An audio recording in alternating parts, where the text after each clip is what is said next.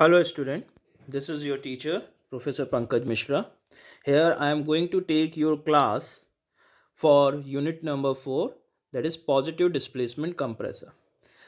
First thing जो हमारे दिमाग में आती है कि what is compressor, compressor क्या होता है.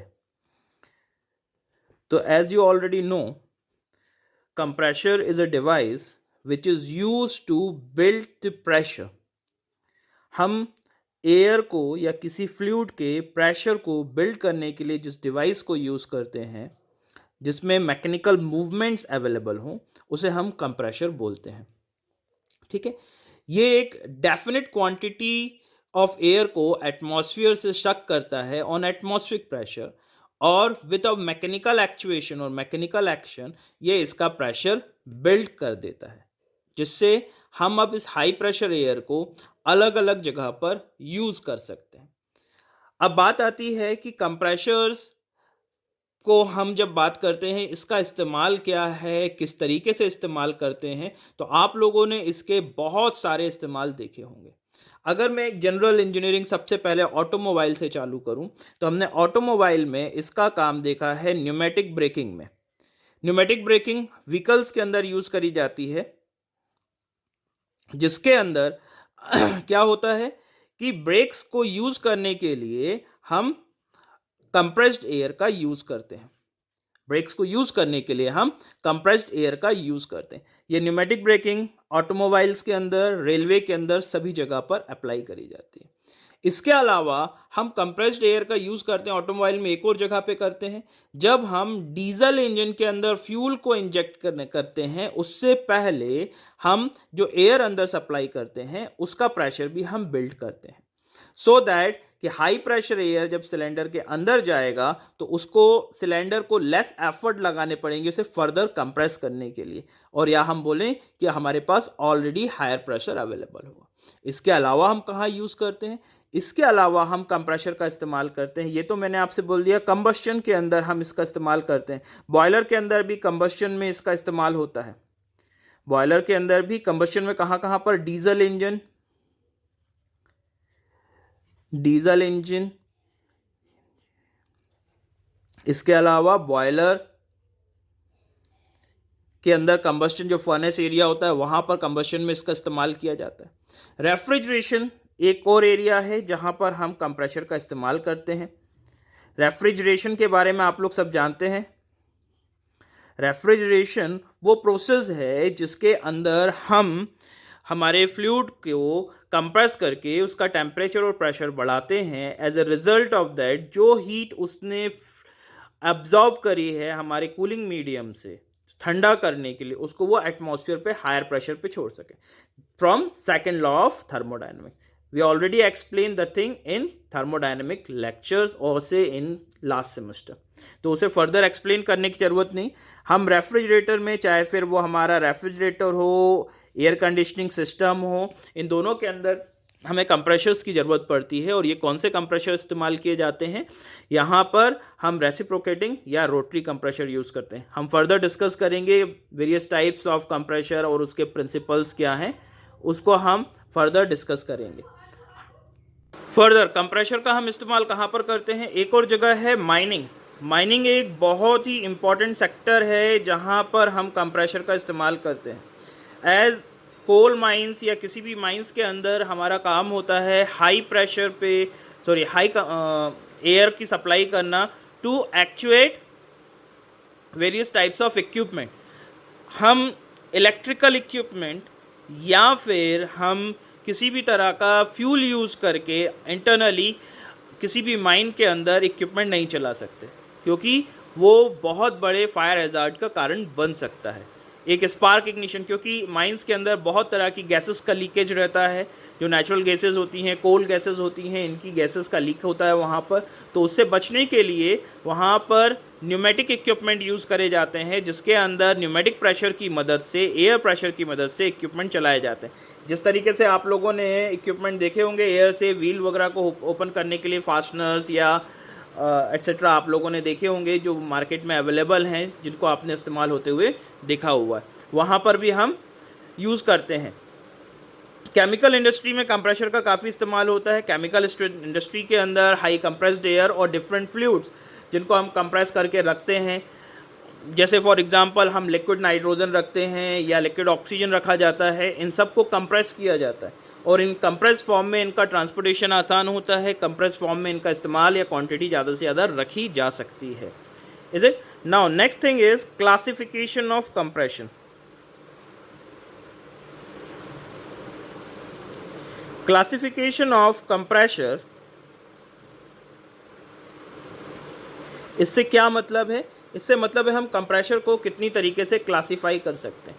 तो बेसिक क्लासिफिकेशन की जब हम बात करते हैं तो पहला क्लासिफिकेशन आता है उसके डिज़ाइन प्रिंसिपल पे, on the principle of design. तो इसमें दो पार्ट आ जाते हैं आपके pass on the principle of design. पहला पार्ट आपका क्या होता है? पहला होता है आपका पॉजिटिव डिस्प्लेसमेंट कंप्रेशर, और यही हमारे सिलेबस में भी है। हम लोग को पॉजिटिव डिस्प्लेसमेंट कंप्रेशर ही पढ़ना है एज पर यूनिवर्सिटी सिलेबस। और हम एडिशनल जो देखेंगे वो है हमारा सेकेंड टाइप का कंप्रेशर, जिसे हम बोलते हैं dynamic compressor. Dynamic compressor further divide करे जाते हैं, उसको हम फर्दर डिस्कस करते हैं। पॉजिटिव डिस्प्लेसमेंट कंप्रेशर सबसे ज़्यादा यूज़ होने वाला कंप्रेशर है because it's raise higher amount of pressure. ये हमें सबसे highest amount of pressure provide करता है in the range of 3000 atmosphere, और we can say 4000 atmosphere, 5000 atmosphere, 10,000 atmosphere, या फिर 10,000 mega newton per metre square. अगर हम बात करें हमें बहुत लो प्रेशर की ज़रूरत है तो वहाँ पर हम पॉजिटिव डिस्प्लेसमेंट कंप्रेशर का इस्तेमाल नहीं करते हैं, वहाँ पर हम रोटरी यानी कि डायनेमिक टाइप ऑफ कंप्रेशर का इस्तेमाल करते हैं। सेकेंड टाइप ऑफ क्लासिफिकेशन होता है, ये मैंने आपको फर्स्ट बता दिया on the basis of design, कि positive displacement compressor and dynamic compressor. Positive displacement compressor जिसके अंदर रेसिप्रोकेटिंग मोशन की मदद से हम कंप्रेशन क्रिएट करते हैं। डायनेमिक कंप्रेशर वो कंप्रेशर होता है जिसके अंदर कंप्रेशन क्रिएट करने के लिए रोटरी मोशन का इस्तेमाल किया जाता है। यहाँ पर ब्लेड डिज़ाइन, रोटर डिज़ाइन एक बहुत इंपॉर्टेंट पैरामीटर है जिसकी मदद से ही हम प्रेशर को बिल्ड कर पाते हैं। कंपेरेटिवली रोटरी और डायनेमिक कंप्रेशर में प्रेशर कम बिल्ट होता है। एडवांटेज अगर इन दोनों में हम आपस में कंपेयर करें तो मैं आपको बता दूं, पॉजिटिव डिस्प्लेसमेंट यूज़ करा जाता है हाई प्रेशर के लिए, नॉर्मल और मॉडरेट प्रेशर के लिए यूज़ करते हैं dynamic compressor. Positive displacement compressor के अंदर प्रेशर तो ज़्यादा बिल्ट होता है पर वॉल्यूम इसमें ज़्यादा नहीं बिल्ट होता है, इसलिए इसके साथ हमेशा आपको एक वेसल या एक रिजर्वायर की ज़रूरत होती है, एक टैंक की ज़रूरत होती है जिसमें हम कंप्रेस्ड एयर को या कंप्रेस्ड फ्यूल को भर सकें। डायनेमिक कंप्रेशर एक कंटिन्यूस ऑपरेशन प्रोवाइड करता है, इसके अंदर आपको किसी एडिशनल इक्विपमेंट की या स्टोरेज डिवाइस की ज़रूरत नहीं होती है। रेसिप्रोकेटिंग या पॉजिटिव डिस्प्लेसमेंट कंप्रेशर ये इंटरमिटेंट है, जब भी हाई प्रेशर चाहिए तो हम इसे इस्तेमाल कर रहे हैं। इसके अंदर जब हम रोटरी डायनेमिक कंप्रेशर की बात कर रहे हैं, हमें जब ज़्यादा वॉल्यूम हैंडल करना है, ज़्यादा से ज़्यादा फ्यूल हैंडल करना है, फ्लूइड हैंडल करना है, तो उस समय पर हम डायनेमिक कंप्रेशर का इस्तेमाल करते हैं। अदरवाइज़ हम मैक्सिमम जगहों पर जब भी हाई प्रेशर की बात आती है आपको पॉजिटिव डिस्प्लेसमेंट ज़्यादा इस्तेमाल में देखने को मिलेगा। बहुत छोटे छोटे इस्तेमालों में आपका डायनेमिक कंप्रेशर का इस्तेमाल होता है। Now with the design efficiency, design के चेंजेस के साथ डायनेमिक कंप्रेशर के अंदर भी मॉडरेट से medium high side of pressure build करने की कैपेसिटीज़ आ गई है। सेकेंड टाइप ऑफ कंप्रेशर का क्लासिफिकेशन हम कर सकते हैं on the basis of stages, number of stages. कितने नंबर ऑफ स्टेज लगाए गए हैं, सिंगल स्टेज और मल्टी स्टेज। दो तरह से इसे डिवाइड करते हैं, single stage compressor and multi stage compressor. Single stage compressor means one and only one compressor will be there, जिसके अंदर आइदर रेसिप्रोकेटिंग या रोटरी मोशन के थ्रू कंप्रेशन क्रिएट किया जा रहा है। दूसरे तरह का कंप्रेशर आपके पास आ जाएगा जिसको हम बोलेंगे मल्टी स्टेज कंप्रेशर, जिसके अंदर एक से ज़्यादा स्टेजेस हैं। फर्स्ट स्टेज में जो गैसेस कंप्रेस हुई उसको हम सेकंड स्टेज ऑफ कंप्रेशर में भेजते हैं, उसके अंदर वो फर्दर कंप्रेस होती है। तो हम यहाँ पर single stage multi stage compressor को भी डिस्कस करेंगे, क्योंकि ये एक इम्पॉर्टेंट पॉइंट है for reciprocating compressor. Next classification का बेस आपके पास आ जाता है, that is the base on the base of pressure limits, कितना प्रेशर बिल्ड करता है। On the basis of pressure limit हमारे पास 3 तरह के कंप्रेशर हैं। कौन कौन से? सबसे पहले low pressure compressor. Low pressure compressor कैसे होते हैं? लो प्रेशर कंप्रेशर मीन्स हमें रेंज डिफाइन करनी पड़ेगी। They are handling 1 mega newton per metre square, और you can say 1 mega newton means 10 into 10⁵ newton per metre square, और you may write as 10 bar. आप क्या लिख सकते हैं? ये 10 बार तक जो प्रेशर बिल्ड कर रहा है, they are known as low pressure compressor. Okay, next is your medium pressure compressor. अब मीडियम प्रेशर कंप्रेशर क्या होता है? मीडियम प्रेशर कंप्रेशर वो कंप्रेशर है जिसके अंदर जो प्रेशर बिल्ड किया जा रहा है उसकी रेंज कहाँ से चालू होती है? 1 बार से अबव, सॉरी 10 बार से above, 10 bar to 80 bar, 10 bar to 80 bar, या फिर बोला जा सकता है 1 mega newton per metre square to 8 mega newton per metre square. इसके बाद आता है high pressure.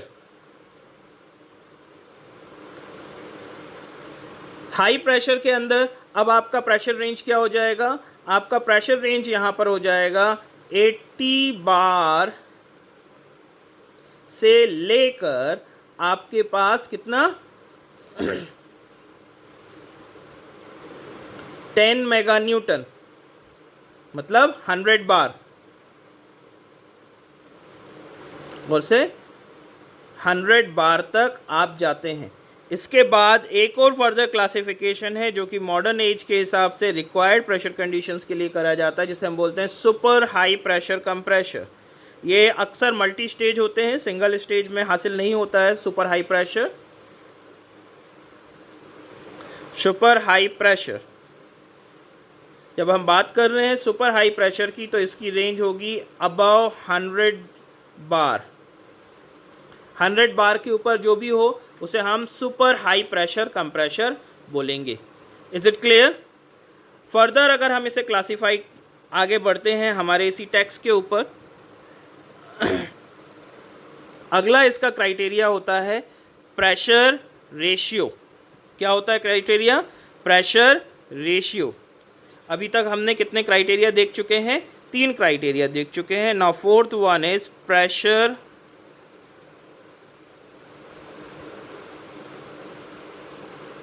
ratio. Now what is pressure ratio?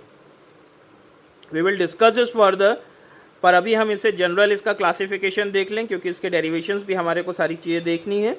तो प्रेशर रेशियो के हिसाब से बात किया जाता है, इन जनरल बोलें कितना आपने सक्शन किया और उसका कितना प्रेशर बिल्ड किया, that is actually pressure ratio. The pressure build by the compressor divided by initial pressure.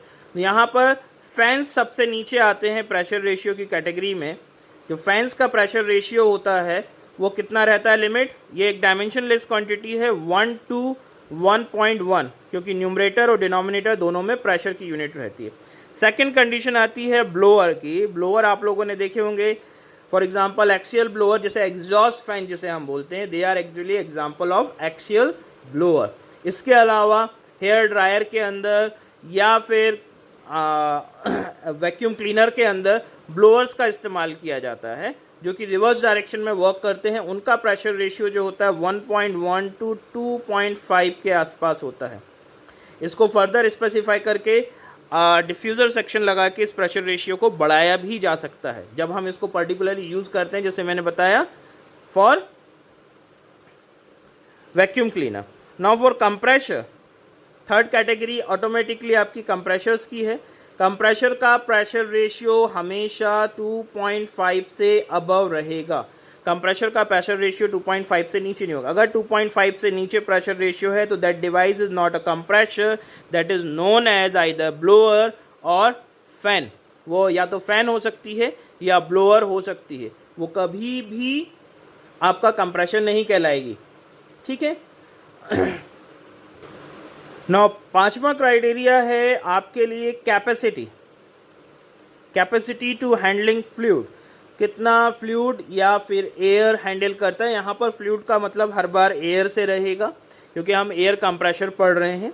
ठीक है। तो जब आप कैपेसिटी की बात करते हैं तो कैपेसिटी के टर्म में आपके पास low, medium, high 3 capacity define होती है। अगर आपका compressor 0.15 metre cube per second और लेस हैंडल करता है तो इसे बोलते हैं हम लो कैपेसिटी।